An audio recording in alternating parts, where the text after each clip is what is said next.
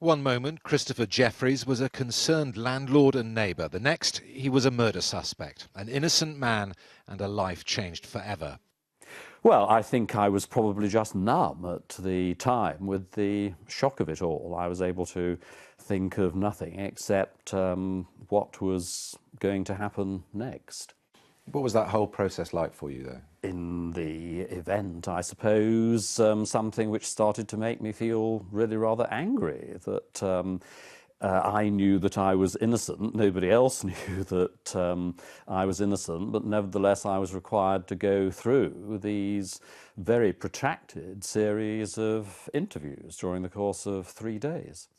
And as police concentrated on Christopher Jefferies, Joanna Yeates' real killer, Vincent Tabak, remained a free man. Whether they were making other inquiries at the same time or not, I don't know, but certainly a lot of their time and attention was taken up with me. Yes, and it did occur to me at the time that perhaps the focus should be elsewhere.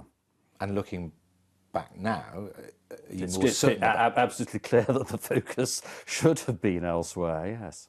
The lingering suspicion and the attention it attracted pushed Christopher Jefferies into hiding. He was forced to stay with friends and to change his distinctive appearance. But for quite a few days, I certainly stayed inside all day. I went out occasionally under cover of darkness, but it wasn't for quite a few weeks after I'd been released from custody. In fact, not really, until the police bail had been lifted in early March, that I felt I was able to start going about more or less as normal.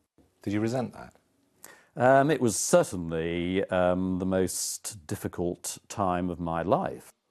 His arrest had prompted a media thirst, especially for intimate details about his life. He was variously vilified as strange, creepy, lewd and obsessed by death.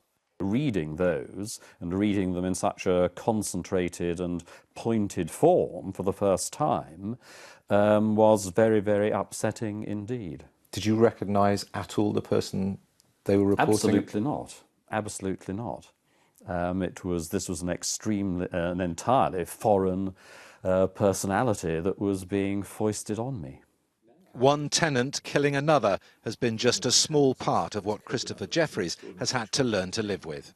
It is something that one could never imagine in one's wildest and worst nightmares happening, quite.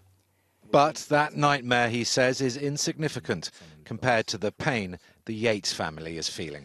They have had to relive the whole of that as a result of the court proceedings, which must have been almost indescribably painful. I can't begin really to imagine what they have had to go through all over again in these last few weeks.